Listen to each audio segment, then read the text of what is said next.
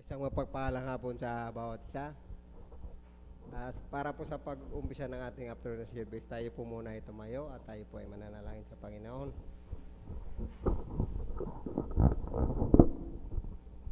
Nalangin po tayo. Dakilang Diyos na pinakamakapangyari sa lahat, maraming salamat po Panginoon sa araw na ito ay kami po ay narito upang magbigay po kapurihan sa inyong pangalan. Nagpapasalamat po kay Panginoon sa bawat kapatiran na nag-stay ng buong maghapon para po sa inyo. Ganun Panginoon, nagpapasalamat po kami sa patuloy na biyayang pinakakalob nyo sa bawat isa. Salamat Lord sa pag-iingat sa araw-araw, sa patuloy na provision ng aming pangangailangan.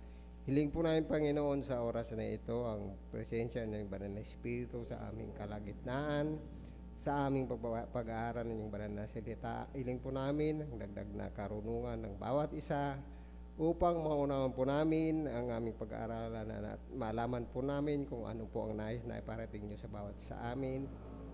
Bigyan nyo po ng wisdom ang aming tagapagturo. Maraming salamat Panginoon sa patuloy na kadakilaan sa buhay ng bawat sa amin. Nagpupuri at nagpapasalamat po kami Panginoon at ito po ay mandalangin sa pangalan ng iyong anak na si Kristo na aming Panginoon at aming tagapagligtas. Amen.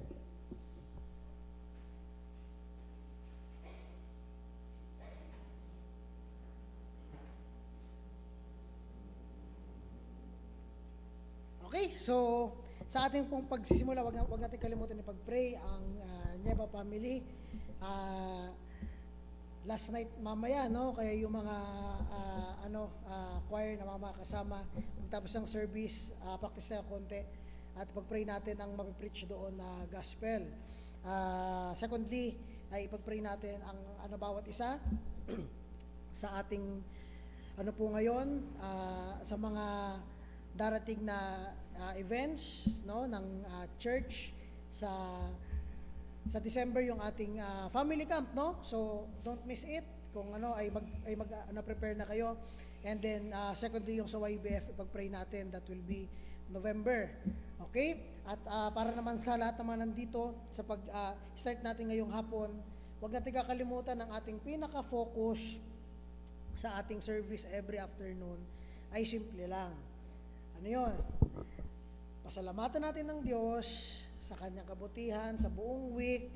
Bigay natin ang lahat ng kaya natin through singing, sa pagpupuri sa Diyos, hanggang sa pag-intindi ng kanyang mga salita, at doon sa mga naaral natin, hindi lang siya manatiring theory, i-apply ninyo sa inyong buhay. Kasi hindi niyo siya ma-apply kung hindi niyo siya i-apply. Ang sabi nga kung gagamit ako ng makamundong quote, ang pipigil lang sa iyong sarili ay iyong sarili. Kaya, just do it, no? So, wag natin kalimutan yon. Okay, apply the Word of God sa ating sarili. Ngayon, sa ating pagsimula, tayo ay mag-awitan muna, bigyan natin ng ating best.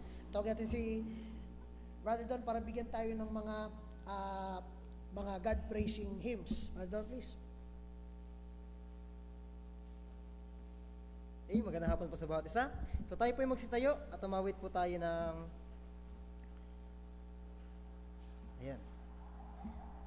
Umawit po tayo sa hymn number 573. Awitin natin yung Heaven Came Down. 573. One flat.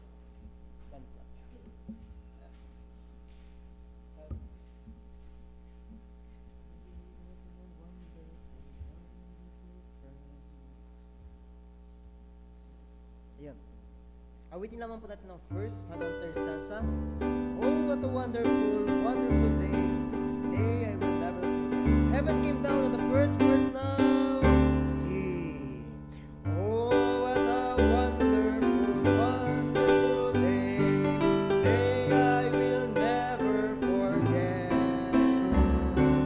After I'd wandered in darkness away, Jesus, my Savior, I met. Oh, what a tender, compassionate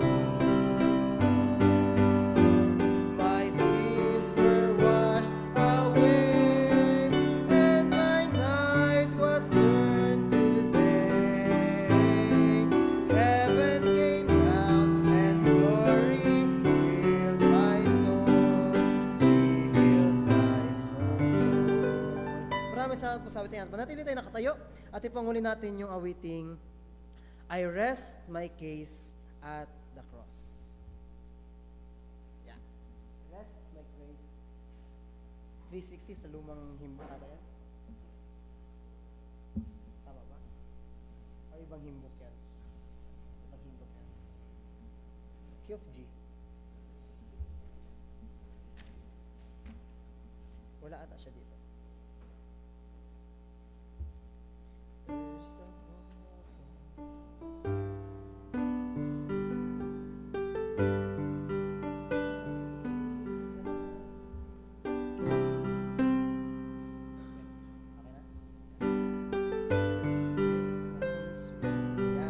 awitin ba natin ng first? At 2 verses lang naman po ito.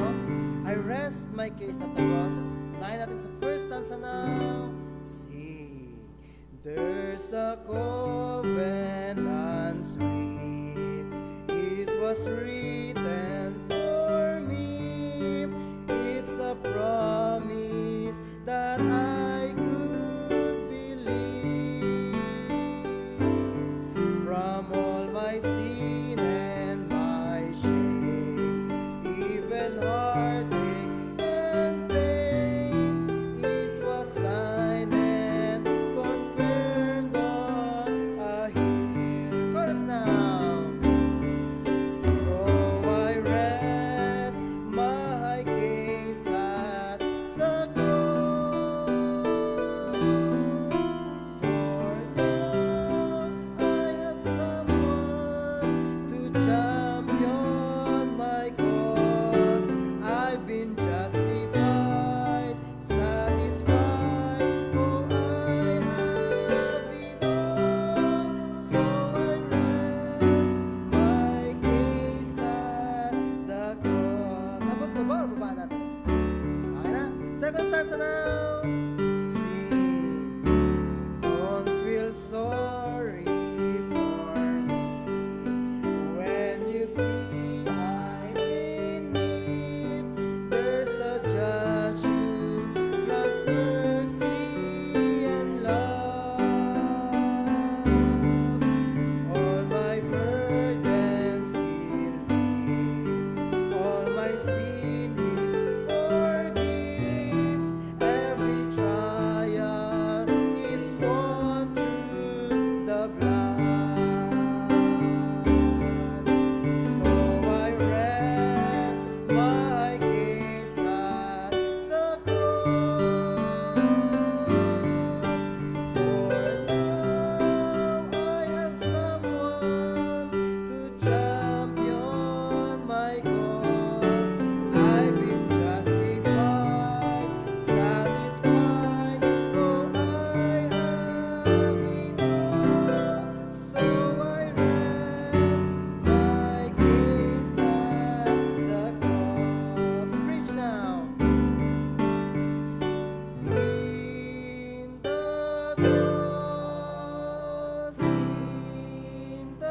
cross, be my glory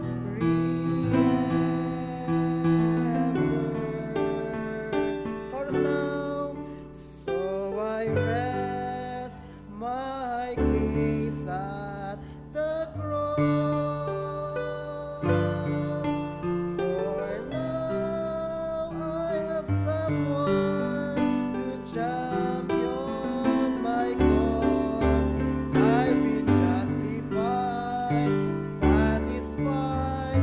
Oh, I have it all. So I rest my case at the cross. Ano po yung mako po and let's go.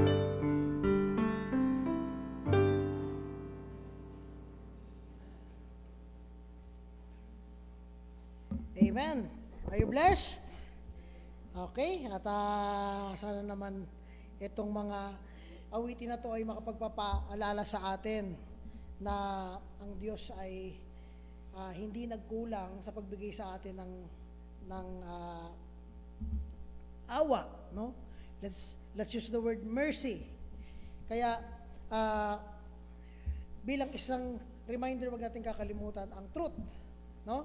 Na pag nasa church tayo, hindi kung sino, si brother, si sister, ganito, ang dahilan kung bakit tayo nandito sa church. Ang reason kung bakit tayo nag-church is for one reason. Ano yun? Para sa Diyos. No? Para pasalamatan ang Diyos sa kanyang mga kabutihan na ginawa sa atin. So, dahil po, it's already 3:56, let's prepare our hearts para po sa message ng salita ng Diyos ngayong hapon. Tawagin natin si Pastor para po sa mensahe ng Panginoon. Magandang hapon po sa bawat isa at sa kabila ng pagdaan ng bagyo, nandito pa rin kayo at darating po ang panahon na ang Panginoon ay malapit nang dumating. Lalong gugulo ang sanlibutan.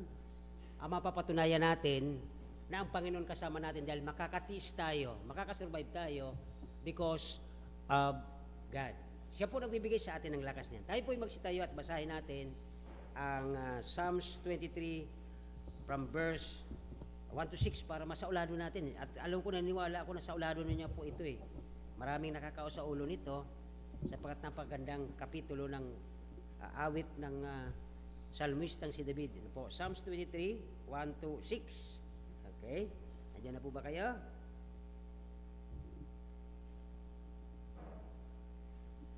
Okay, so basahin po natin ang verse 1 to 6 kasi nung last Sunday sinaulo natin kalahati lang ako, di ko kaya maubos. Okay, Psalms 23 verse 1. The Lord is my shepherd, I shall not want. He maketh me to lie down in green pastures, He leadeth me beside the still waters.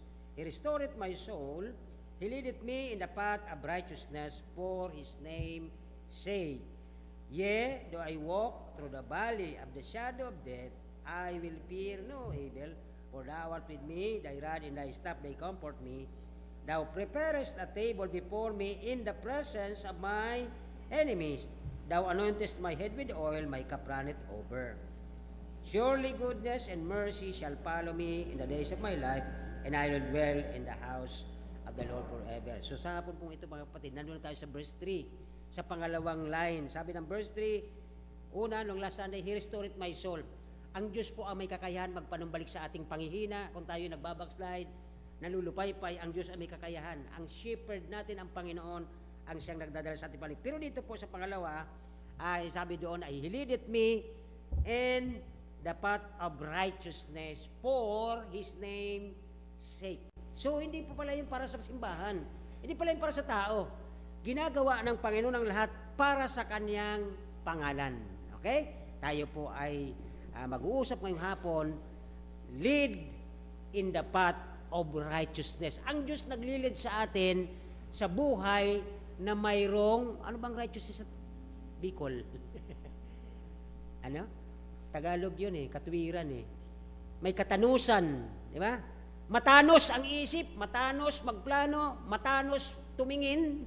Hindi yung tagilid eh. May mga tao pag makatiin sa kapwa niya, tagilid, naguhusga. Hindi matanos ang pananaw, okay? So, God lead us in the path of righteousness o sa katanusan. Ano po? Tayo po'y manalangin. Nagilang Diyos, salamat po sa hapong ito. Salamat sa mga bumalik at nagstay. Salamat, Panginoon, na ang karamihan ay wala dahil naging busy at naging abala sa mga ginagawa nila sa pagdaan ng bagyo. Pero salamat, Panginoon, na hindi po malakas at hindi kami muli naapektuhan. Salamat po sa kasagutan. Salamat din po sa mga nandito na sa kabila na mayroon pong mga problema sa kanilang tahanan. Nandito sila para pasalamatan ka, dakilain ka, na naging kami, Panginoon, ay iyong kawan, naging kaming sheep mo bilang kayo ang aming pastor, at lahat kami rito ay iyong mga kawan ng mga tupa na minsan may kahinaan, pero ang kahinaan namin, kayo pa rin po nag-aasikaso, nakakaalam kayo ng kabutihan para sa amin, nagplano kayo sa aming buhay na hindi kami magkakaroon ng problema, bagkos ay gaganda at aasenso ang aming future sa iyong pangangalaga. Salamat, Panginoon, namatay ka sa krus para sa kaligtasan namin. Nagdusa ka sa krus upang maging righteous kami sa mata ng Panginoong Ama, naging matuwid kami sa mata ng Diyos Ama, dahil sa iyong kamatayan, pinasan mo ang aming kasalanan. Salamat, Panginoon, na ikaw ang aming sheep na naging kinatay doon sa krus para kami ay maging mabuti at maging matuwid sa mata ng Diyos Ama.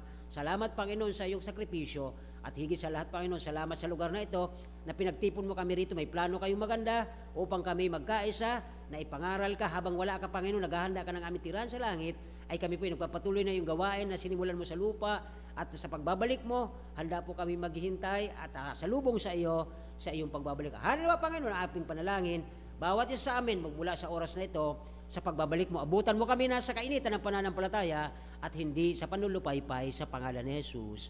Amen. Thank you very much po. Tayo pinamaupo. Okay, at napaganda po ng ating na-discuss kanina umaga na ito tungkol sa ating mga kayamanan. Kung na kay Kristo ka, napakayaman mo. Bakit po? Ikaw lamang ang mayroong kapatawaran, kaligtasan, katuwiran. Ano po? Mayroong kang lugar sa langit, may bahay ka doon na pinaganda ng iyong Ama, na si Kristo. Sabi ng John 14:1-6, ano po? Let not your heart be troubled, you believe in God. So dito po sa Psalms 23, nakita natin ang verse 1 ay nagpapahayag na ang sabi doon, ang Panginoon ng aking pastor, hindi na ako kailangan pang mga ilangan. Grabe naman kayo, pastor. Nangyari ba ka sa upo? Nangyari po yan sa amin nung panahon na ako'y nag-resign sa opisina, dahil tinawag ako ng Panginoon dito para manguna sa lugar ng mga tao ditong wala silang pastor, namatay na yung pastor nila. May mga tinawag kami, ayaw, kasi may mga gawain din daw sila. Pero magmula noon, 2009, wala na po akong kinikitang sweldo noon. Ibinigay na ng kumpanya ang last payment ko, at minsan nakatulong nga sa lugar na ito. Never po kaming pinabayaan ng Diyos pagdating sa pagkain, sa aming health. Lord, patawad po, pero aking nabibilang ang aking pagka-hospital mula nung ako'y napunta rito. 2008, ang bilang ko sa aking pagkaka-hospital ay 1 beses lamang sa biyaya ng Diyos. Lord, wag naman po kayo magagalit. Ipinapakita ko doon po, Panginoon, ang iyong kapangyarihan na kapag ka ang iyong anak ay sumunod sa iyo, yes, magkakasakit ka, pero hindi kanya pababayaan. Amen? Nagkahalaga ng nasa 50 plus, pero ang Panginoon ay gumawa ng paraan. Dito ay makita natin ang sabi ng verse 3 sa pangalawang linya, na sabi doon, God or Jesus, our pastor, lead in the path of righteousness. Ano ba yung ibig sabihin nito? Ano po? Kapag ang Panginoon Kristo ay kilala lang natin at hindi talaga natin siya laging kausap, paano naman natin pa sa mga kausap ay nasa langit yon? Nung siya po ay aalis at aakyat ng langit, sabi niya, I will send you another comforter, which is, sa isang Diyos, may tatlong personality. Okay? O person. Father, Son, at Holy Spirit. Ang kanyang comforter na tinatawag, sabi ng John chapter 17, ay nag-pray siya doon, ay ang Banal na Espiritu, pag alis niya sa lupa, mayroon nag-aaliw sa atin sa panahon na tayo may kalungkutan, at mayroon tayong, halimbawa, may kamag-anak tayong pinauwi na ng Diyos, hindi dapat tayo namamanglaw. Yes, magkakaroon tayo ng longing sapagkat hindi natin makakasama. Pero alam niyo, dapat excited tayo na pagdating natin doon, mayroong magwi-welcome sa iyo na kamag-anak mo doon. Mga kapatid, hindi po nagbabago kung paano nakikilala mo siya sa lupa. Pagdating doon, mas kilala mo sila. Dahil ang ating 5 senses, pag tayo ay nawala sa lupang ito at tayo ay napunta sa spiritual na bagay, ang 5 senses ay hindi nawawala sa isang kaluluwa. Naalala niyo po yung mayaman na si Lazaro, sabi ng mayaman, Amang Abraham, pahintulutan mo si Lazaro, isausaw ang kanyang daliri sa malamig na tubig sapagkat ako'y nainitan.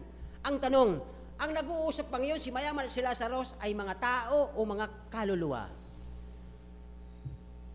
Ano yung nag-uusap na yon? Si Lazaro at ang mayaman. Kaluluwa ba yon o tao? Normal. Po, mga kaluluwa. Ang setup noon ay, ito sa parable. Ang parable na ito, kaya ginawa ng Panginoon sa parabola ang mga kwento niya para yung mga nanonood sa kanya mga Sadusiyo at Parisiyo na lagi siyang hinahanapan ng mali, hindi sila pwedeng gagaya-gaya. Kaya ginadaan ng Panginoon sa parable, ang parabola ay makalumang kwento na makalangit ang, kaya hindi nila maunawaan ito. Sabi niya, kilala ka namin eh. Ikaw yung anak ni Joseph at ni Mary. Paano kami sa iyo maniniwala? Pero sabi nung isa, nagsasabi siya daw ang tinapay ng buhay, kakainin ba natin sila? Pag-aralan niyo po ang John. Nung sinabi niya, ako ang tinapay ng buhay, mula sa langit, nagulat sila. Walang ibang manggagaling sa langit kung hindi padala ng Diyos Ama. Kaya dito pong mga parisiyong ito na mga gaya-gaya at marami sa Pilipinas, nagsasabi na, ay, kilala namin ang Panginoon. At actually, nagpapakita na, pag Sunday, nagsisimba kami, nagpipray kami. Ang bunga, sabi ng Panginoon sa Matthew, ang isang bunga ng santol ay hindi pwedeng magbunga ng mangga. Pagpapatunay na kung ang ugali mo nagsasabi kang kilala mo si Kristo, pero ang iyong pag-uugali ay di nagbabago, malayo ang pagkakakilala mo sa iyong Panginoon. Nagkakatindihan po ba? So ito pong hapon na ito pag-uusapan natin, sino ba ang iyong pastor? Si Pastor John ba? Hindi po. Ako'y under shepherd ng ating pastor. Kasi kung ang pastor nating ang Panginoon ay magpapastor ngayong hapon, hindi tayo makakatagal sa kanyang sikay na glory, na kung siya ibababa, matutunaw tayo sa kanyang righteousness, sa kanyang glory, na matutunaw tayo sa liwanag na makikita natin sa kanya. Hindi pwede talaga magpastor ang Panginoon ngayon. Bakit? Sapagat siya po ay nasa glory. Mayroon siyang kapangyarihan na pagbaba siya. Yun ang nangyari kay Saul noon nung siya po ay kinausap ng Panginoon. Ang isang tao, hindi mo kailangan na pilitin siyang tanggapin ng Panginoon kasi kapag ang Diyos ang kumausap sa kanya, wala siyang magagawa. Tatanungin niya, Panginoon, sino ka ba? Okay, so yan po ang ginawa kay Saul. So dito po, ang lesson na ito, concern po dito sa ang leadership ng Diyos sa buhay natin. Di ba? Ang pangunguna ng ating pastor sa buhay natin. Bilang pastor, nangunguna po ang Panginoon sa akin dahil hindi po pwede ako magturo ng taliwas sa kanyang sinasabi sa Bible. Sa mga Kristiyanong ordinaryo, ang leadership ng, kanina nabanggit ko na rin po yun, kung halimbawa ikaw ay isang barko, dapat ang nagli-lead sa iyo, ang kapitan mo ay walang iba, ang Panginoong Jesucristo. May kanta dyan eh. Dapat ang sa buhay natin, ang nasusunod ay ang kapitan ng buhay natin, which is the Lord Jesus Christ. Ano po? Ang sabi dito sa verse 3, He lead us in the path of righteousness. Tingnan natin po ang verse 3. Verse 1 na po. Verse 3 na. Pakibaba na sa verse 3. Tingnan natin kung paano siya nagli-lead. Ano po? Hanapin at hinmayin natin paano nililid tayo ng Diyos. Nangunguna dito sa atin ang pastor at siya po babalangkas ng mensahe. Pero kung titingnan natin po salita ng Diyos, ang Diyos ang nagli-lead, sabi ng Tagalog, okay? Inaakay. Ang Tagalog, ano po? Ayan yung inaakay. Okay? Inaakay niya ako sa mga landas ng katwiran, alang-alang sa kanyang pangalan. Bakit inaakay? Ibig sabihin, pwede ka sanang pasuluhin eh. Kaya lang, mayroong tendency, dahil ang tupa, sabi ko po baga nung nakaraang mga meeting natin, ang mga ship daw, miski saan mo dalhin, pag yan pala ay nasa gitna ay green, excuse me, green na mga damo at tapos brown, yung patay na mga damo, pagka nandun nakatapak ang kanyang paa sa green at sa patay na mga damo, hindi niya daw malaman kung saan yan pupunta. Napaka-gullible, ano po? Gullible ba? Gullible, okay. Napaka-gullible ng mga tupa. Madali silang dala. Okay, naalala niyo po doon sa garden. Madali silang nadadala, na i-entice, ano po. So dito, ay pinangungunahan niya tayo sa landas ng katwiran, sinisigurado ng Diyos, ano po, ni Kristo, bakit tayo kailangang ilid sa daan ng katwiran. Okay? Bakit tayo dinadala doon? Dahil po, kailangan ng isang tupa ay maprotektahan doon sa kanyang mga predator. Takot ang mga tupa mo, mga patid. Unang-una, di ba? Lalo na tayo. Sinanay tayo ng Biblia, nasabi ng Biblia, okay, sino sa inyo po dito nakapagpa-practice? Mahirap itong gawin. Halimbawa, nagkaroon ng trouble, di ba? Yung mga anak natin may nakaaway na naglalaro. Mas pinagagalitan natin yung anak natin kaysa sa kanila. Kaya ngayon ang mga bata, marunong na rin sila. Bakit po siya may kasalanan? Ba't akong pinagagalitan niyo? Kasi nga, ang sabi ng Bible, mas bigyan mo ng halaga ang iba bago ang sarili mo. Di po ba? Nadaanan niyo ba yon? Kaya medyo may, pero ang sinasabi ng Bible dito ay yung katuwiran. Na ikaw na nakakaalam ng tama, na kahit siya ay mali, pagpipigyan mo siya. Bakit? Yun ang sinasabi ng Bible sa atin minsan eh. So dito ay, tingnan natin ang una, at least 3 things na dadalhin natin ngayon mga kapatid, ay bakit kailangan ng tupa na ililid ng Panginoon doon sa daan ng katuwiran. Pangalawa, dahil sa kanyang pangalan. At ang pangatlo, kung ating titingnan po dito sa ating text, ang pangatlo dito, sapagkat may danger o mayroong disgrace doon sa pangalan niya. Mapapahamak o masisisi ang pangalan ng Diyos. Bakit? Tingnan niyo po. Pag minsan ang Kristiyano, kahit tama siya, ipinaglaban niya, alam niyo, galit na galit yung mga taong nasa paligid niya. Bakit? Gusto nila laging nasa ilalim o ina-under ang mga Kristiyano. Naalala niyo si Panginoong Jesucristo? Nung siya po ay nangangaral, lagi siyang sinasabi, hindi naman ikaw ang totoong Misayas na aming hinihintay. Anak ka lang ni Mary, anak ka lang ni Joseph, hindi ikaw ang totoong aming tagapagligtas. Lagi po siyang ginaganyan. Nung siya po ay ipinanganak, at kung magre-research kayo, nung siya po ipinanganak, ang panahon na yon, nag-uumpisa pa lang na dumayo ang mga tao sa Jerusalem, at yung hotel na pinuntahan ni Joseph, may bakante pa kung tutuusin. Kaya lang dahil po ang daladala niya ay tagapagligtas, nagsimula na po ang diablong gumawa ng paraan. Sabi kaagad nung bantay sa hotel, wala po dito na kaming wala na kaming bakante. Kung gusto nyo, kung talagang magpipilit kayo doon sa sabsaban, mayroon po doon. Biruin mo po yung pang-iinsulto sa ating Panginoon. Napakalaking insulto Kung ikaw ba naman may-ari, o halimbawa sabihin na natin ikaw ay isang attendant ng isang hotel. Grabe naman, baka naman pwede naman doon sa may CR na malinis, pwede doon na lang siya manganak. Hindi, ang ginawa niya, sabi niya, ay kung talaga nagpipilit kayo, wala na kaming bakante, doon sa sabsaban, mayroon po kami doon kwadra, mayroon doon sabsaban ng kabayo o ng donkey, mayroon doon mga damo, doon na lang niya ipanganak yung... Nakita niyo po yung insulto ni Satanas doon sa ating tagapagligtas. At nung nalaman na ng 3 haring mago, dumaan sa hari, nagpaalam, kasi jurisdiction yun, mga magay po ito yung mga aral ng siyensya ng kalawakan, nagpaalam sa hari, kasi mga matalinong tao ito. Pupunta po kami, nakita po namin ang tala, ang sinyalis na nakasulat sa Biblia, na ang sinisilagan ng talang ito, doon ipinanganak ang ating Panginoong tagapagligtas. Hari ng mga hari. Sabi ngayon ng hari, hindi ba pwede? Ako lang ang hari dito sa lugar na ito. Wala nang iba pa. Sabi niya sa tatlo, halika kayong tatlo. Pag nakita nyo na balikan nyo ako, sabihin nyo na nakita nyo na po ang hari. Alam nyo ang plano niya? Alam nyo ang plano niya, di ba? Ang plano niya, ipapatay. Kaya nung hindi na dumaan, alam na ng mga wise man nga kaya nga tinawag na wise man, sapagkat marunong sila magbasa ng gesture ng isang kaaway ng Diyos. Nung napansin nila para bang excited na mayroong pangdadaya yung salita ng hari, sabi nung tatlo, mga brad, wag na tayong dumaan dito. Alam natin may planong masama ang haring ito para sa Misayas, sa ating tagapagligtas. Hindi na po sila bumalik doon. Ang ginawa ng hari, alam niyo ba kwento? Lahat ng ipinanganak, 1 buwan, 2, 1 taon, hanggang 12 years old, ipinapatay. Naalala nyo? Naulit ang kwento ni Moses.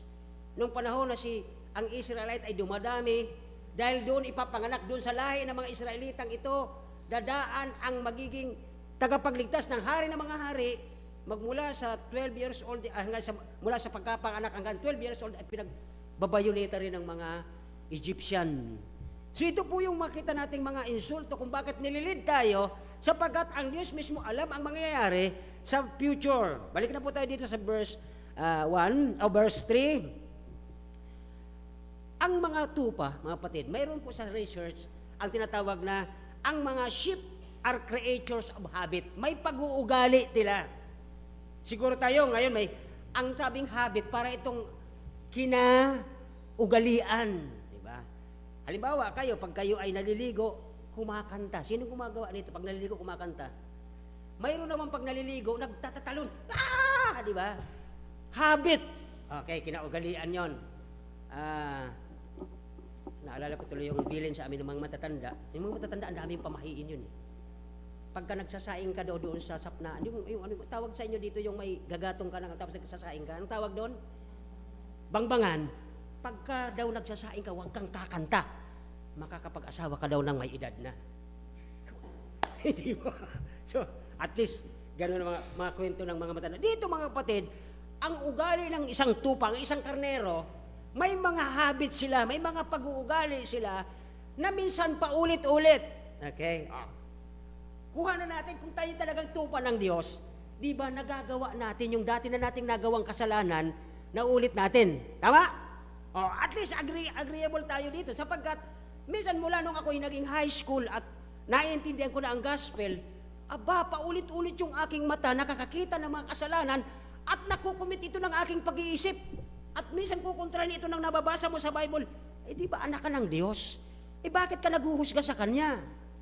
Sabi ng Matthew 7 verse 7 ay huwag kang huhusga upang huwag kang husgan.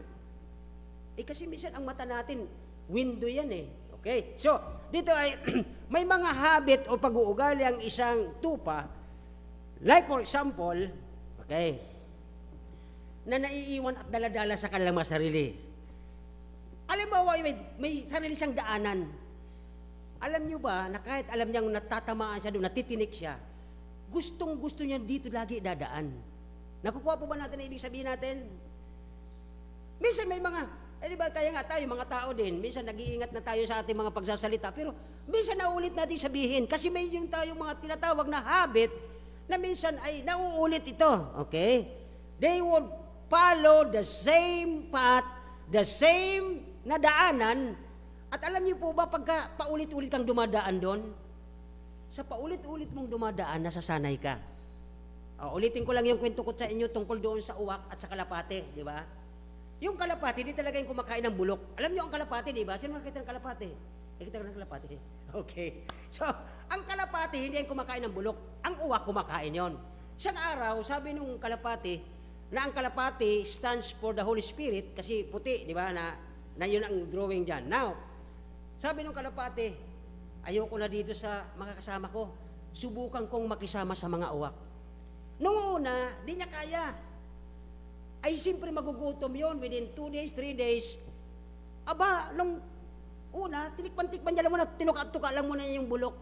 At nung dahil sa gutom na siya, sa kalaunan, natuto siyang kumain ng bulok.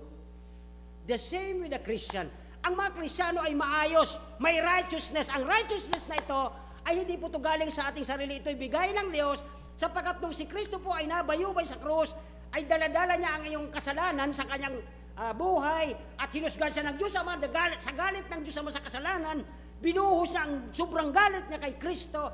Kaya tayo pong mga nananampalataya at naniniwala kay Kristo, nagkaroon tayo ng righteousness nung tayo ay nag-believe. Nung tayo naniwala kay Kristo, nagkaroon ka automatic pag naniniwala kay Kristo, mayroon kang righteousness o katuwiran sa mata ng Diyos Ama. Pero sa mata ng kapwa mo, sabi na, dati kilala na kita, kaklase kita nung high school eh.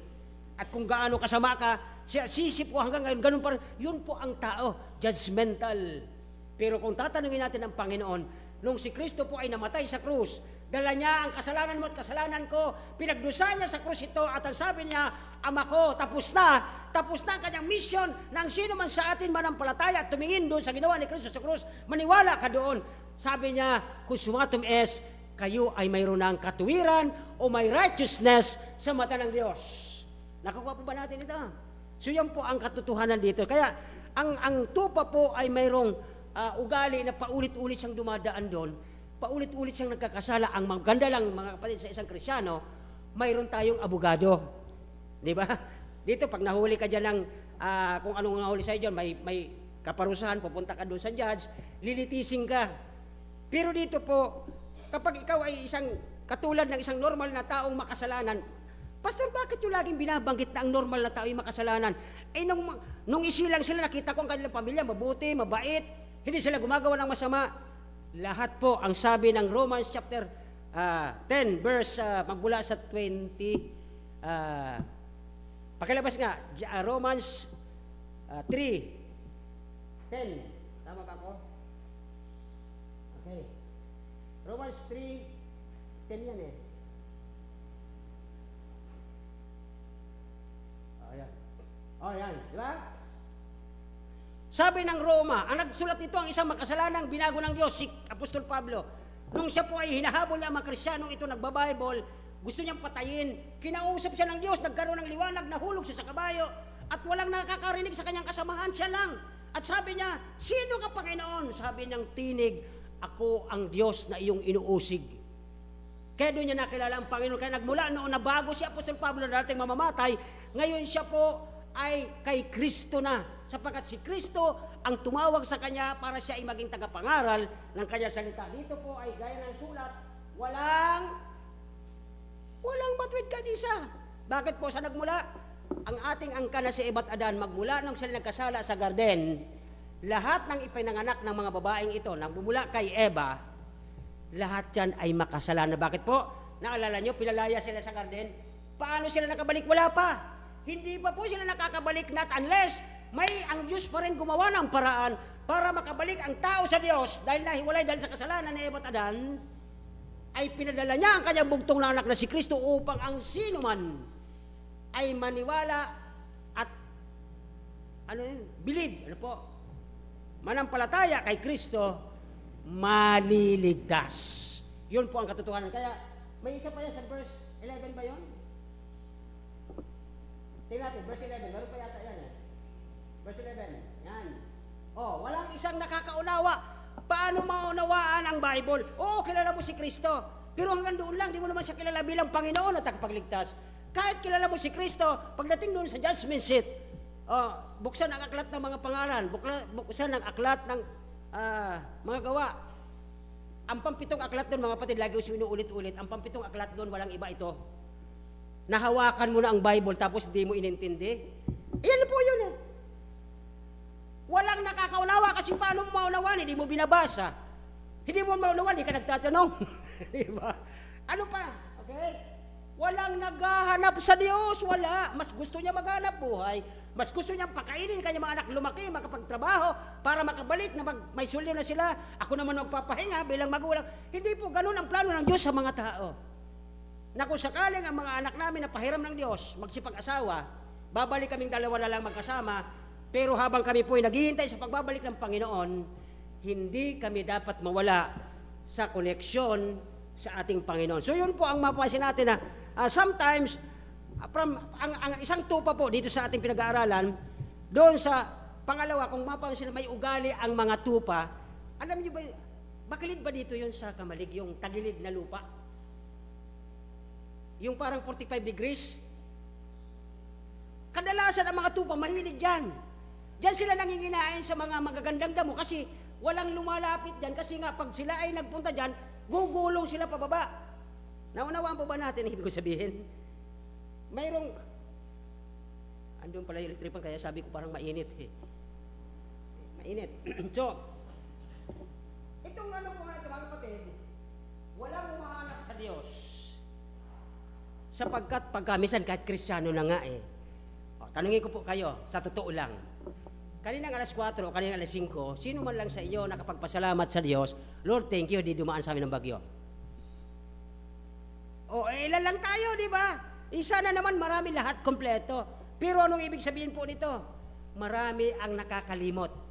May mga tupa na nandoon ang kanyang pastor, pero gusto niya doon sa, sabi ko ngayon ay slope na pa-slide, na kung tatayo ka doon, sino nakaakit na po dyan sa pisngi ng bulkan? Sino nakakit na? Kami hanggang puno lang eh, wala pa no? Diyan pala, pagka nandiyan ka na po pala, hindi ka na makakatayo ng ganon. Nakaganyan ka. Kasi pagka nagkamali ka pala dyan, diretso ka doon. Gugulong ka ng gugulong, kasama mo yung mga bato kasi wala namang magandang pundasyon yung mga bato dyan, mga buhangin yan. Kaya nung may umakyat dyan, nung may nagre-rescue baga, nakita niyo yung posisyon nila, yung isa pagkapang, yung isa naman paganon. Kasi mahuhulog talaga sila, gugulong at tatama ang ulo nila sa mga batong malalaki. So yun po ang ibig sabihin na, yung mga tupa, minsan may ugali, na nandun ang kanyang pastor nangunguna, may ano po yan, either may sipol o may tawag, sumusunod sila, pero ang ibang tupa, napunta doon sa medyo slide, medyo mahuhulog, delikado. Naalala niyo yung pinagsampol ko nung nakaraang 3 linggo na nakaraan, sa loob ng simbahan na tupa ng Diyos, may 3 uri. Di ba? Yung mga matalapit doon sa pastor. Ang dami talagang mga tupa na lagi nakasunod nakabuntot sa pastor pag nangunguna yan. Nasa unahan po kasi ang leader ang pastor. Ngayon may mga tupa doon sa likod at mas marami ito na sige ang kain nila ng damo at gaganon-ganon lang sila kung nasaan yung pastor nila. Para bang hinaya, nandiyan pa naman siya. Ang nila napapansin, lumalayo nila yung kanilang pastor. At pangatlo, yung uri ng mga tupa sa loob ng kawan ng Diyos na yung hindi mga mapakali, mga discontented. Tatalon-talon yan. Makikita yan ng nakahigang puno, tatalon sa ibabaw. Minsan baga yung puno na nakahiga, may lumot. Eh di ba yung kanilang kuko madulas? Pagtalon nila doon sa nakahigang puno, nadudulas yan, nahuhulog, nababalian ng problema ng pastor. O, nakuha na yung tatlong uri. Dito na naman, inulit po ito.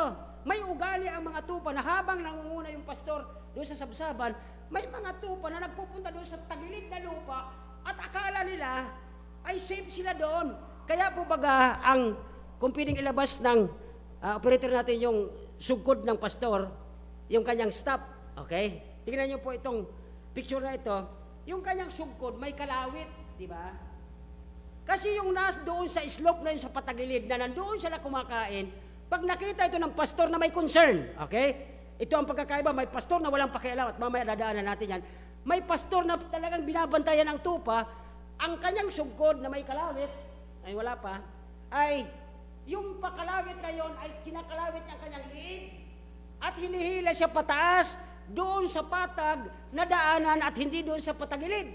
Sapagkat pag nadulas siya doon siya gupulutin at basag ang kanyang ulo.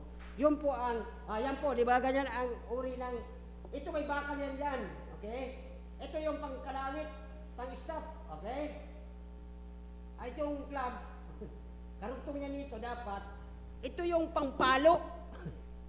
Pag sutil yung tupa, pinapalo yan ang pastor. Now, pangalawa, okay, o pangatlo na, mula doon sa isang sapa, okay, halimbawa sapa, may tubig. Ano ang ginagawa pag may tubig ng mga tupa? Naliligo. Hindi, inom, okay, umiinom kasi tubig, okay.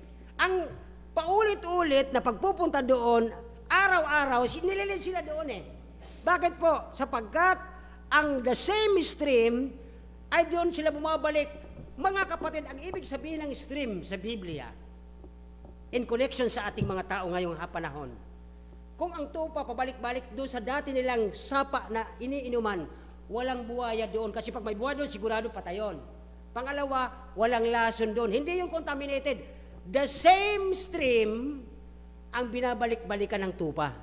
Aling stream po yun? Sabi ni Kristo, ako ang tubig ng buhay. Ang sino mang makainom ng tubig na ito, hindi na kailanman uuhaw. The same stream, the same na water na binabalik-balikan ng tupa, hindi contaminated. Hindi siya may lason, walang buhaya doon sa ilalim, kaya safe siya pag ito ang tubig na lagi nating binabalik-balikan. Ang tupa po ay mayroon silang sariling sapa na inuman. Or ang iba naman, mayroon talaga silang painuman. Kagaya nung ginawa doon sa panahon ni David. May kuweba doon, mayroon doon lagay parang planggana. Ay di planggana yun kasi parang bato na tiniktik. Nilalagyan ng tubig at doon sila madalas umiinom. The same. Ang ibig sabihin, safety sa pag-iinom ng mga tupa. Ano pa mapapansin natin pangalawa? Okay? Siguro, ay hindi naman natin mapapansin, hindi naman masama yon kung sila po ay paulit-ulit na dumadaan, paulit-ulit na umiinom. Pero alam niyo po ba, kahit sa tao, subukan ninyo, sa isang daanan na pabalik-balik ka doon, lumalambot yun sa katagalan. Nakakaunawaan po ba tayo?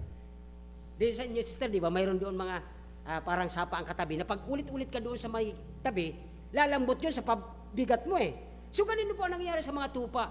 Mayroon silang paboritong pabalik-balik na ginagawa. Mayroon silang ugali na pabalik-balik sa ugali na yon. Ang di nila alam, napapahamak sila doon sa ugali na yon, na pabalik-balik sila. Di pa ba? O, sino mayroon yan? Lahat tayo mayroon. Pag umaga, mayroon tayong mannerism. Ano yung mannerism na yun pabalik-balik sa atin? Imbis na paggising mo, Lord, thank you. Ang una mong hapu-hapin ay walang sumasagot kasi ang una natin yung hinahanap ay ang cellphone. Tama? Mannerism yun o kaya pag-uugali ng isang tupa, ng isang Kristiyano. Imbis na pagising niya ay hanapin niya ang salita ng Diyos. Ang karamihan, hahanapin ay ang message doon sa cellphone. So yun po ang mapatin natin, ang patuloy na pagtapak doon, nagiging siyang eroded, na lumalambot siya at pagkatapos ay dahil po sa pagdaan ng panahon, bawa may ulan, di mo napapansin yung paulit-ulit na dadaanan ng mga tupang yon, nag-i-erode yun, nahuhulog sila, kasama silang gumugulong doon. Ibig sabihin, ano bang mga prinsipyo? Minsan mayroon ka, minsan may paniniligan kang wala sa Bible eh. Paulit-ulit mong ginagamit ito, gumugulong. Pag isa'y dumadaan panahon na ito'y lumambot, kasama ka ng prinsipyo mo mahuhulog doon sa yung prinsipyong mali.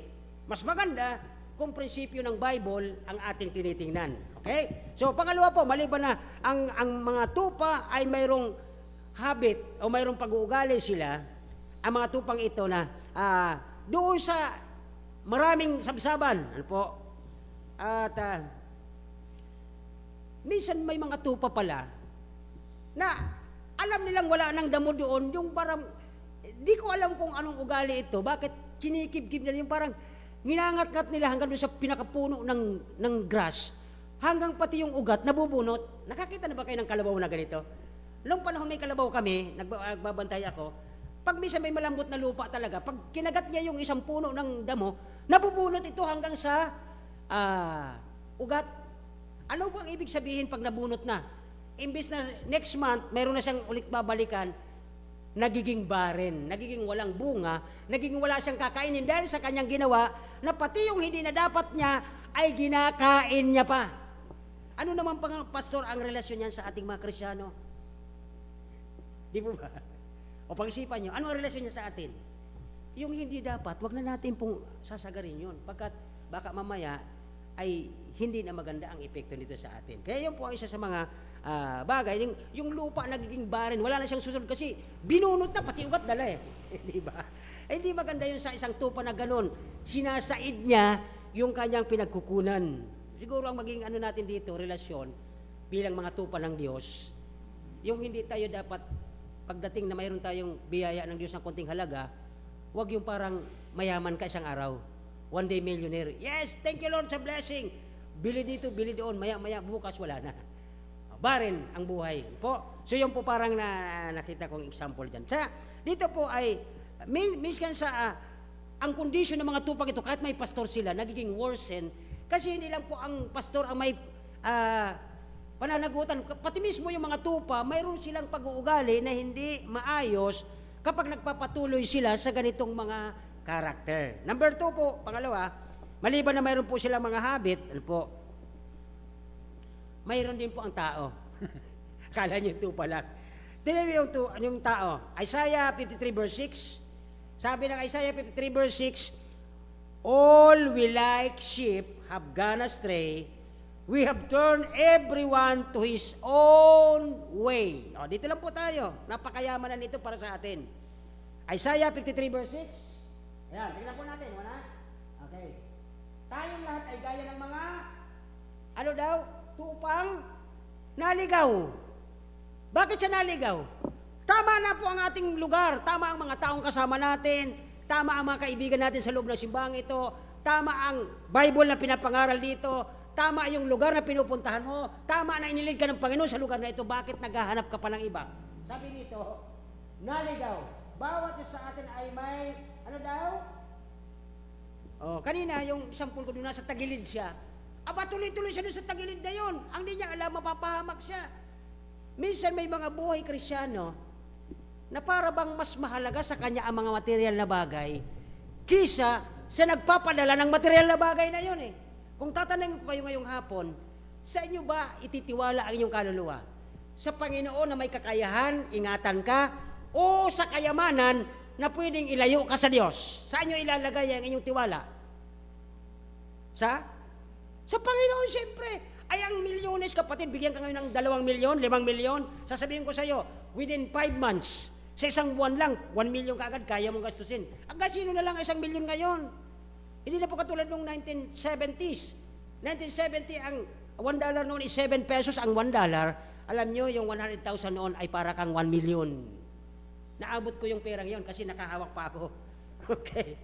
Oh, dahil yan sa insurance ng tatay ko, nung siya po ay kinuha ng Panginoon, may insurance siya, ay naaabutan ko po yun. Okay, so, dito ay mapansin natin na tayo pala, katulad ng mga tupang itong literal, ang mga anak ng Diyos pala, minsan ano daw? Lumilihis ng kanyang sariling. Ganun talaga ang katotohanan, mga kapatid. Kung ang tupa nga ay, kahit may leader na pastor, may patunog ito para sumunod sila, hindi. Ang iba, naghahanap ito ng gusto niya, ang kanyang sariling katwiran, ang sa kanyang sariling gusto, na para bang itinitiwala niya sa material na bagay. Total, mayroon naman akong nakukuha every month, mayroon akong pension, mayroon naman akong mga anak na tumutulong sa akin. Hindi ko kailangan ang Diyos ngayon, mga kaibigan. Hindi mo kayang suportahan ang iyong kayamanan, ang buhay mo hanggang sa dulo. Marami tayong kilala, mga prominenteng tao, mayayaman, maraming mga Amerikanong, mga dalubhasa, pero ang buhay niya ay hindi natugunan o nalugtungan ng kanyang kayamanan. Ang buhay natin ay kontrolado ng Diyos. Mas mahalaga na makilala mo ng todo ang may-ari ng buhay mo. Kasi dito po sa verse 1 ng Psalms 23, "The Lord is my shepherd, He is our owner." Siya ang may-ari sa atin. Pangalawa, the Lord is my shepherd, siya ang ating manager. Pangatlo, siya ang ating leader. At siya po ay may planong maganda sa atin. Kaya nga, the Lord is my shepherd or my pastor. Kaya dito po titignan natin, sabi dito sa Isaiah 53 verse 6, may kanya-kanya tayo, humilis tayo sa kanya-kanya nating sariling gusto at ipinipasan sa Kanya ng Panginoon ang lahat nating kasamaan. Pinasan ni Kristo po yon. Kaya ganun po dapat natin makilala ang Panginoon Kristo. Tandaan ninyo, siya po ay presente ngayong oras. Bakit po? Mayroon kayong banal na espiritong nakatira dahil imposible na naniwala ka sa ginawa ni Kristo sa krus na walang banal na espiritong nagkukomfort sa iyo. Hindi ako maniniwala. Kung totoong naniniwala ka sa ginawa ni Kristo, Lord, naniniwala ako na namatay ka sa krus para bayaran ang kasalanan ko at ngayon ako'y may katuwiran, mayroon akong kabanalan sa mata ng Diyos, mayroon kang banal na espiritu na nagsasabi sa iyo, huwag mong gagawin yan.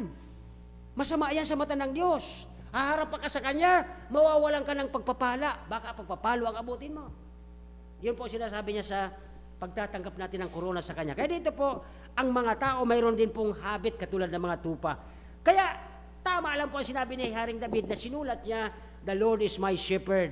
Okay, pangalawa, napapansin niyo po ba ang mundo natin kapag wala ang Diyos? Ang daming sa social media, dami nagrereklamo na marami daw kurap. Pero alam niyo, wag na nating sisihin yan. Ipag-pray natin na lahat ng mga sinasabi niyong kurap, makakilala sa Diyos. Bakit po? Pag kilala nila ang Diyos, wala na pong mangungurakot dyan eh. Bakit? Takot sila sa Diyos eh.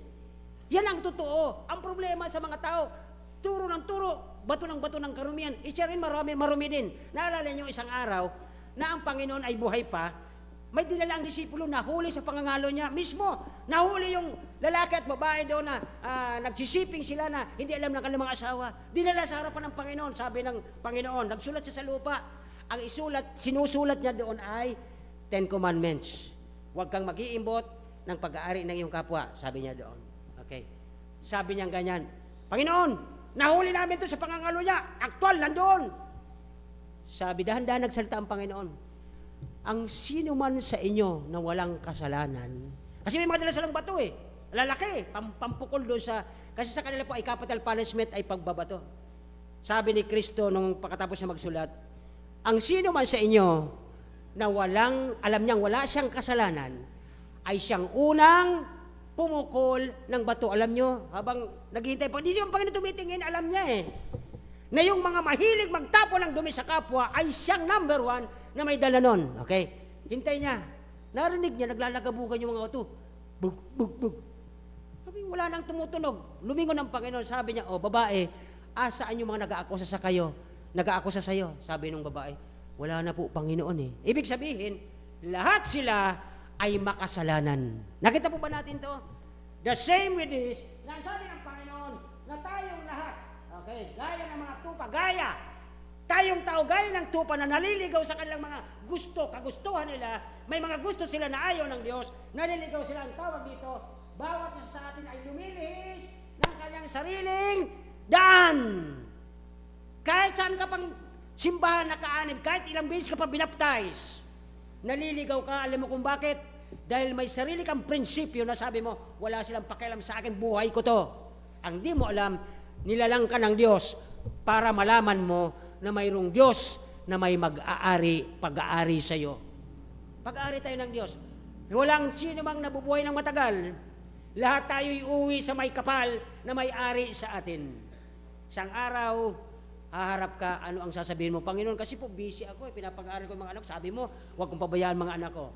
So, ganun ang katwiran ng tao. Kaya dito po ay nangyari na ang Panginoon sa lahat ng kasamaan. Ano pa papapasin natin dyan? Okay? Maraming tao, o maraming Krisyano, okay, patuloy na gumagawa nito ang mga tao. Paano ito masasawata? Sa pamamagitan lamang na ang Panginoon ay pumasok sa kanilang mga puso. Okay? Ang Panginoon ang mag-intervene, ang Panginoon ang ligtas sa kanila, at sila po ay kausapin sapagkat sila ay masisira ng the same thing na kanilang ginagawa. Paulit-ulit sila doon sa kasalanan, paulit-ulit bumabalik doon, at ayaw nilang ibigay ang tiwala nila sa Panginoon na nagdusa para bayaran ang kanyang kasalanan. Gusto niya siya rin gagawa ng kanyang kabutihan. Okay, gusto niya ipakita na magaling din siya. Pangapat, mga kapatid, miski tayo mga Krisyano, okay, ay papunta tayo sa ganitong kalagayan. Okay? The same path of backsliding. Paulit-ulit tayo doon na alam natin, lumalayo tayo sa Diyos, alam nyo, mangangatwiran pa tayo, magre-reasoning pa tayo. Sabi nung isa, naalala ko tuloy yung isa, sabi niya, Pastor, kahit hindi ako nagsisimba, sa bahay nagpipray po ako. Sabi ko, paano mo nalaman na pinakikinggan ka ng Diyos? Unang-una, malayo nga, rebuilding nga ang puso mo sa Diyos, tapos sasabihin mo sa bahay ka magpipray. Ang sabi ng Panginoon sa Bible, huwag pababayaan ang pagkakatipon sa loob ng simbahan. Ang tigas ng pagkasagot sa akin, Pastor, nagpipray pa ako sa bahay kahit hindi ako nag-a-attend. Pinakikinggan ka ba ng Diyos? Hindi siya makasagot eh. Bakit po? Tingnan niyo po itong isang sinabi ng Hebrews 10:25 ba yun? Pakilabas mo nga. Ito po yung utos. Yun ang utos ng Diyos. Kung talagang totoong naniniwala kay Kristo, huwag mo daw pababayaan ang pakikipag. Tingnan natin. Hebrews 10:25. Pakilabas.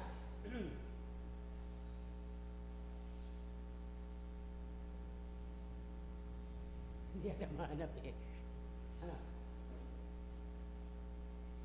Wala ba kayong Hebrews 10:25 dyan? Ayan, ganun pala eh. Tingnan po ninyo, ito yung utos. Basahin ninyo, na huwag natin, di ba pag nag-uutos ka sa anak mo, anak, huwag dyan eh. Kasi mapapahamak ka dyan, anak, huwag. Di ba? Utos yan eh. Sabi dito, not. Okay, huwag nating pabayaan ang ating pagtitipon gaya ng ugali ng iba, kundi palakasin ang loob ng isa't isa, lalo-lalo na kapag inyong nakikita, palapit na ang araw ng Diyos. Yan po ay utos sa simbahan. Ano man ang utos ng Panginoon na, manatili, huwag niyong pababayaan, o huwag nating pababayaan ang pagtitipon sa bahay. Wala pong ganon. Okay, sabi doon, ating pagtitipon gaya ng ugali ng iba, doon sa kalipunan ng mga mananampalataya. Okay, so dito po ay mapansin natin na itong mga Krisyano ay papunta rin doon sa the same path of backsliding, lumalayo sa Diyos, nagre-rebelde sa Diyos, na kahit na nakita nila na ang iba ay napahamak. Bantakin ninyo mga kapatid, lumalayo ka sa Diyos na siya nagbibigay sa iyo ng protection. Kaninang umaga, kung naalala nyo, ang Panginoon ang ating shield. Ano yung shield? Protection yun eh. At pinapalibutan tayo ng kanyang mga anghel. Ano ulit ng Psalms yun? Psalms 30? Nakalimutan nyo kagad. Di ba? Kaya doon po natin makita na ang Diyos ay 34:7, di ba? Tingnan niyo po ito. 34:7 ng Psalms, pakilabas mo diyan sa screen. Psalms 34:7, tingnan niyo po, ang anghel ng Panginoon ay nagbabantay na.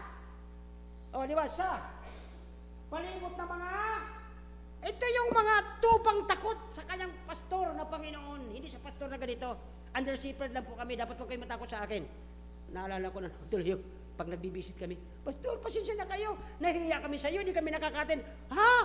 Sa akin nahihiya ka, sa Diyos hindi. Pag-isipan niyo maigi ang ganito. Huwag tayong magdadahilan sapagkat sabi ng Panginoon dito, nagbabantay sa palibot ng mga natatakot sa Kanya at iniligtas sila. Yan po ang katotohanan ko, kapag itupa ka ng Diyos, dapat sa umaga pa lang kausap po siya. Maya-maya, lagi ko itong nasampol at gagamitin ko, paborito ko to eh. Isang araw may isang tatay na sabi ng anak niya, kumakain ng ice cream, Pa, pahingi naman ang pambili ice cream. Anak, di ka pa nga tapos sa ice cream mo. Sige na pa. Mabait ka baga pa. Di ba? Sige na pa. Di ba? Alam mo naman na mahal mo ako. Yung pang ganun, ang prayer natin po dapat, sabi nga ng Panginoon, na para ba tayong mga batang musmos, nakausap lagi natin ang ating Panginoon. Doon siya natutuwa eh.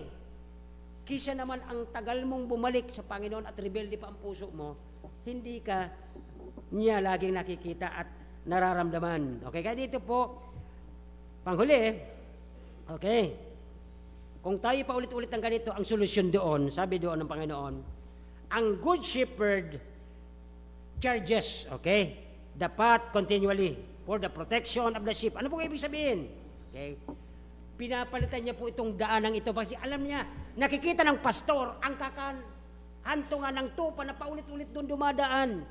Kaya po mga kapatid, pag nagbabalangkas tayo ng salita ng Diyos, minsan masakit pakinggan na, bakit ako parang pinatatamaan ni pastor? Hindi ko po sinasadya yun. Yun ang takbo ng kinag-uusapan sa Biblia. Ang Biblia po ay kumpleto. Hindi ito parang pang-single out sa iyo. Kundi tinokorek tayo mga tupa na madalas, nagsasarili tayo ng daanan na mahuhulog ka doon. Yun po ang ibig sabihin niyan, the good shepherd changes the path. Halimbawa, sa umaga, di ba? Yung tama ang iyong espiritu. Hindi yung nagsisimba ka nga. Pagdating mo simbahan, tagal naman ng pastor na ito magsalita, uwing-uwi na ako. Hindi po tama ang daang yon ng katwiran. Nasimbahan ka, dahil sa nag-ubos na yung pasensya mo sa pakikinig, mamaya siguro uwi na ako kasi mayroon pa pala akong ikukula, may lalabahin pa ako, bibili pa ako mamaya doon sa LCC kasi may baon yung mga apo ko. Hindi po maganda yon. Hindi magandang daan yon ng katwiran. Binabago ng Diyos yun eh. Na kung tayo po ay tupa ng Diyos, ang ating attention, di ba, habang nangunguna po yung pastor, ang Panginoon, nakapokus ang tupa nun, habang kumakain siya, nakatingin siya, at lagi siyang malapit. Doon sa tatlong uri ng mga tupa, yung malapit doon at may paboritong pangalan doon ang Panginoon. Kaya sila, kahit sa mga aso nyo, kaya nyo sila pinapangalanan, bakit? Doon sa kanilang karakter. Kung sino yung mahilig humalik sa iyong paa at laging nang didila sa iyong mga paa at nililinis sa iyong paa pagdating mo, yun yung paborito mo. Nakukuha ba natin? Ganon din po ang tupa eh. Kapag yun po ay madalas nandoon sa likuran ng pastor, yan ang kanyang paborito. Pastor yung iba, paborito din sila, kaya lang malayo ang kanilang presence. Dahil kung ano-ano ang kanilang inaatupag. Yung mga magagandang damo, yun ang kanilang inaatupag at hindi yung namumuno na Panginoon sa kanilang buhay. Nakuha po ba natin?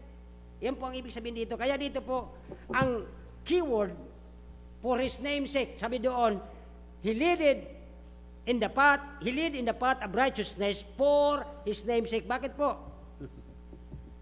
I-consider natin po ang example ng shepherd at ang sheep dito.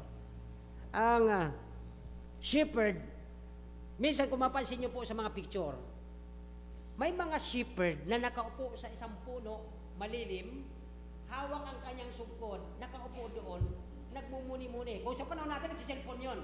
Nakuha ba natin? Natok ka kaya. May mga pastor na doon sa ilalim ng puno, nandoon siya, nagmumuni-muni. Yung kanyang mga tupa, hindi man lang niya tinitingnan. For His name's sake. Yun po ang sasabi ng Bible dyan eh. Ano pa, mapakita natin. Habang siya po nandoon sa ilalim ng puno, relax na relax siya. Sabi niya, nandiyan naman yan. Hindi niya namamalayan, yung kanyang tupa, inaatake na ng kung ano, ng tigre, ng leon, at kung ano pa. Okay? Sapagkat yung ano na yon, yung pastor, ang trabaho ng pastor ay magbantay at magpakain. Tama? Kaya nga siya doon ay nag-lead para ma-ilid niya sa magandang sapsaban. Ay hindi ang ginagawa ng pastor na ito. Nandun nagpapahinga sa puno ng kahoy at naghawak yung kanyang sugkod at siguro baka kumakanta ka. Hindi po ganun ang ginawa ni David. Nakabantay siya doon sa kanyang mga tupa. Kaya ang ibig sabihin dito mga kapatid, okay? Kapag ang tupa nasa hillside at nandoon siya nagpapahinga, di niya mapapansin, mapapahamak yung kanyang pinakakain na tupa.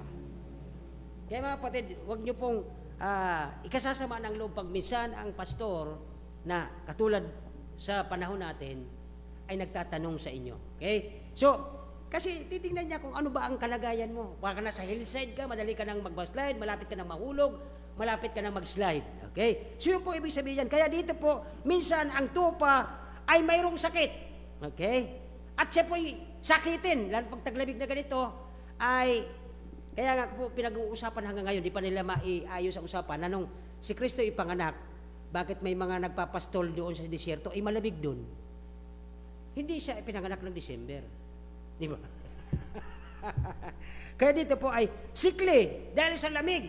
Okay? Nagkakasipon yung mga tupa at ang mga lupa doon ay nagiging padaan-daan sila pabalik-balik doon, nagiging malambot at pwede silang mairod at kasama ang mga tupa. Yun po ang dapat binabantayan ng isang pastor. Ang lahat ng ito ay nakandoon siya, nakaupo lang, hindi niya binabantayan yung mga tupa napapahamak. Hindi po tama sa isang tamang pastor ang ganito. Dapat ang pastor, habang siya nagpapakain ng kanyang tupa, tinitingnan niya, nakatayo siya sa malayo, at tinitingnan niya kung mayroong paparating na predator, kung mayroong paparating na kapahamakan. Kaya nga mga kapatid, pag dadating ng ganyan may mga anunsyo ng bagyo, ay nauna na po tayo nagpipray para sa lahat. Okay? Kaya salamat sa Diyos, sinininig naman. So dito po ay, ang shepherd ay concerned, habang ang mga tupa ay nanginginain, concerned ang shepherd. Hindi katulad ng kwento ko sa inyo na nakaupo siya sa puno, nagpapalilim doon at nakatunganga, ay mapapahamak ang mga tupa. Yun po ang ibig sabihin ng for His name sake. Hindi po pwedeng ituro nyo sa Diyos ang kapahamakan mo. Bakit? Ang Diyos kailanman hindi nagkulang sa pagbabantay sa iyo.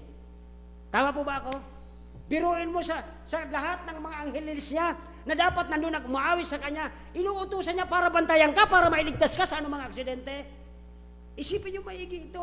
Ang totoong shepherd natin ng Panginoon, hindi tayo pinababayaan. I will never leave thee nor forsake thee. At ang sabi ng Romans, if God be for us, who can be against us? Hindi nagpapabaya ang pastor natin sa atin. Kaya dapat natin bigyan po siya ng halaga. Okay? Hindi yung mga material na bagay. Ang material na bagay, mga kapatid, sandali lang yan sa lupa.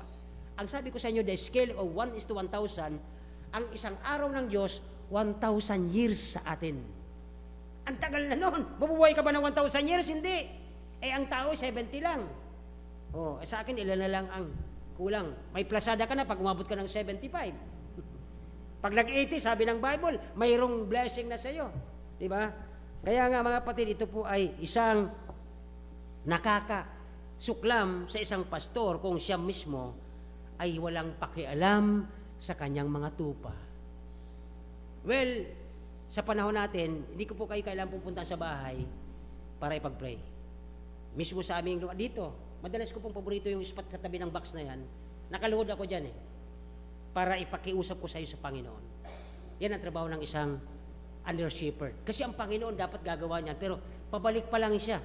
Okay? Hari nawa, abutan tayo sa ganung kalagayan. Ito po yung nakaka-disgust na isang shepherd ay walang pakialam, okay? Sapagkat hindi niya binibigyan ng tamang pag-aaruga ang kanyang mga tupa. Ang tamang pag-aaruga ng shepherd ay binibigay niya ang lahat ng kanyang effort para ang kanyang tupa ay makakain ng maayos. Siya, pag-pray niyo po ako sa aking pag-aaral. Okay? Ang aking problema pag nag-aaral ay dahil sa aking high blood ay naantok. Tatayo, ikot. Kaya dito po sa ating titingnan bago sa pinaka-last point at magtatayo na rin naman, ang shepherd ay hindi kilala, okay, sa babanggit natin na good shepherd, kundi by the behavior and the condition of the sheep. Kung ang Panginoon ang ating pastor, tingnan nyo ang behavior natin sa isa't isa. Kung tama ang Panginoon natin, kung tama ang ating shepherd, makikita mo yan sa ugali ng bawat isa sa atin. Okay po ba yun? Kung ang ugali ng bawat isa sa atin ay maayos, ibig sabihin, maayos ang pag-aaruga sa atin ng ating Panginoon na shepherd natin. Bakit? Paano ba natin siya pastor makakausap? Napakadali lang po ng question na yan kung paano sasagutin. Paano mo makakausap ang Diyos, princess? Paano mo makakausapin ang Diyos? Sa pamagitan ng prayer at habang binabasa mo ang salita ng Diyos, nagsasalita sa sayo araw-araw. Yung sinasabi ni Princess na prayer, yan po ay two-way communication. Parang telepono. Sabi niya, call unto me and I will answer thee great and mighty things na hindi mo alam. Nagsasabi ka sa Diyos, humihinga ka ng iyong mga kahilingan, ang Diyos nagpapadala ng kasagutan. Kaya dito po ay, si David po dito, sabi niya, the Lord is my shepherd, ang pagprotekta sa Kanya at ang pag-aalaga sa Kanya sa pangalan ng Panginoon, for His name sake. Okay?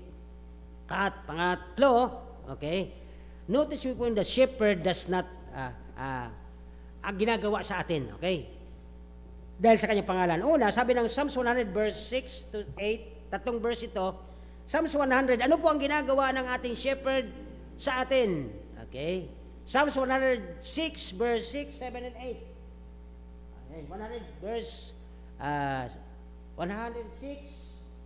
verse 6 yan. Okay, basahin po natin. Sabi niyo, okay. Kami at ang aming mga magulang ay nagkasala. Kami ay mga magagawa ng kasamaan. Kami ay nagsisigawa ng masama. So nagpapakumbaba sila. Sabi ng Psalms 100 verse 6, verse 7. Verse 7 na po. Hindi na inawaan ang aming mga magulang ang iyong mga kababalaghan sa Ehipto. Hindi nila naalala ang kasagalaan ng iyong mga kagandang loob. Yun po, di ba? Kundi naghimagsik sa dagat at sa dagat na pula. Yung reklamo ba? Alam nyo, may mga taong walang kinakain ng 3 beses. Tayo 3 beses, mareklamo pa tayo. Yan na naman ang ulam natin. Ako madalas nagbibiro, karne na naman ang ulam natin. Diba? Kaya mga kapatid, ay, imbis na pasalamatan mo kung dumating, nagiging tayong mga rebellious heart. Verse 8. Verse 8, gayon man, iniligtas niya sila, di ba? Kahit tayo minsan nagdireklamo, madalas, hindi na natin na-appreciate ang ginawa ng Diyos sa araw-araw. Oo, may nawala sa iyo, pero alam nyo ba, minsan ang tingin natin negatibo, ang plano ng Diyos mas maganda. Ang tanggap natin, yung pagtanggap natin ang hindi natin magustuhan, ay parang, Lord, bakit ganito ang sagot mo sa prayer ko? Yung pala, binigyan ka ng mas kakabubuti. Halimbawa, humingi sa iyo ang anak mo ng kutsilyo, di mo ba tatanungin kung ano gagamitin sa kutsilyo?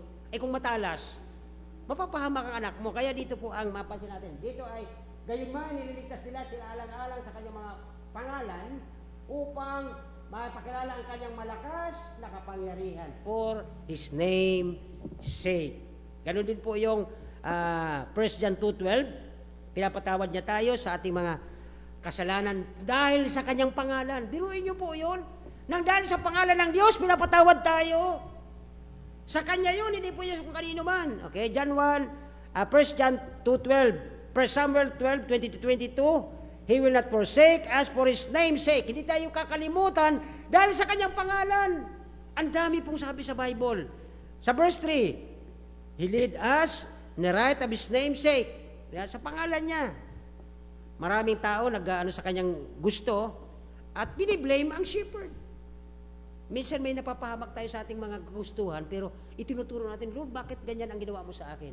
Hindi maganda yung para sa Panginoon. Ano po? At ang mga Kristiyano, minsan hindi tayo nag-aatubili na manalangin sa Panginoon for His name's sake, di ba? For thy name's sake, O Lord, pardon mine iniquity, for it is great, sabi ng Psalms 25 verse 11. So marami po yan, kung inyong titingnan sa Bible. Last but not the least, at ating panghuli, mga kapatid, ang danger ng disgracing ang pangalan ng Diyos. Para bang hindi mo binagalang ang salita ng Diyos. Sabi nga minsan, thou shalt not use the name of the Lord in vain. Pero alam niyo mga bata ngayon, kababata pa lang, oh Jesus! Hindi po dapat ginagawa niyo, hindi po yan ginagawa sa kung ano na nagulat ka lang. Oh Jesus! Grabe naman itong mga taong ito. Hindi nila ginagalang ang pangalan ng Panginoon. Okay? Dito po ay, ang sabi ng Biblia sa atin, okay, ang mga Kristiyano dapat ay magbigay ng galang sa pangalan ng Panginoon. Okay? Sapagkat ang kanyang sheep dapat nakasurrender ang kanyang kalooban upang sundin ang Panginoon. At kalimutan mo ang sarili mo. Sabi ng Panginoon, di ba? Hindi kayo dapat o karapat-dapat tawaging disipulo kung hindi mo papasanin ang iyong krus araw-araw at kalimutan na yung sarili. Alin po yung kalimutan ng sarili? Gusto mong maging sikat ka, ay hindi mo dapat ipurso yun. Lord, okay lang po na hindi ako makilala sa mundong ito, basta ikaw sinusunod ko. Okay? Ano pa bang mapansin natin na pwedeng magbigay ng kalulatan sa Diyos? Ano po? Na pwedeng sabihin natin, upang hindi masira ang pangalan ng Panginoon, Lord, ipapakita ko sa aking katrabaho, sa aking kaopisina, sa aking mga classmate, na ako ay maayos mong tinuruan sa Biblia. Walang lumalabas na masamang salita sa iyo. Walang masamang pagmumura o ano paman. Ano po, yung bisyo. Hindi dapat makikita sa isang totoong Kristyano sapagkat binago na po siya ng ating shepherd. Nakuha po ba ninyo ang ating lesson ngayon that He leaded us in the right path of righteousness. Ang Diyos po nangunguna sa atin doon sa katwiran at hindi sa mga masama nating nakikita. Baka kung halimbawa man ay dumating ang pagkakataon na nalayo ka, hindi po yan kagagawa ng Panginoon. Kagagawa niya ng ating sarili. Sapagkat ginusto mo ang gusto ng iyong last. May mga tayo, may gusto tayo na mangyari na ayaw ng Bible. Minsan gusto nating maging sikat. Mas lamang tayo sa ating kapitbahay. May mga ganun pong nangyayari. Kaya kapag gano'n, sabi ng Biblia, ang nagpapakumbaba ay itinataas ng Diyos. Tayo po'y magsitayo at tayo po'y mag-close in prayer. Let's pray. Dakilang Diyos, salamat po sa mensahe na tungkol, Panginoon, sa paglilid mo sa amin sa katwiran at sa righteousness. Lord, harinawa, Panginoon, habang po kami nabubuhay bilang iyong mga tupa, bilang ikaw ang aming shepherd, Panginoon, na ilid mo kami, pangunahan mo kami sa daang matuwid, sa daang malinis sa buhay, ang aming mga pagsasalita, ang aming mga iisip, ang aming mga decision making ay malinis sa mata mo at hindi sa malinis sa kapwa-tao.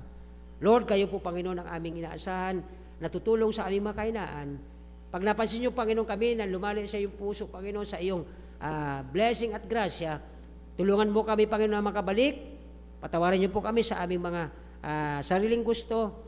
Palakasin niyo kami sa aming pananampalataya upang sa pagdating mo, abutan mo kami na nasa kainitan at hindi sa kapariwaraan ng buhay. Maraming salamat po sa hapong ito sa pangalan ni Jesus. Amen. Maraming salamat po.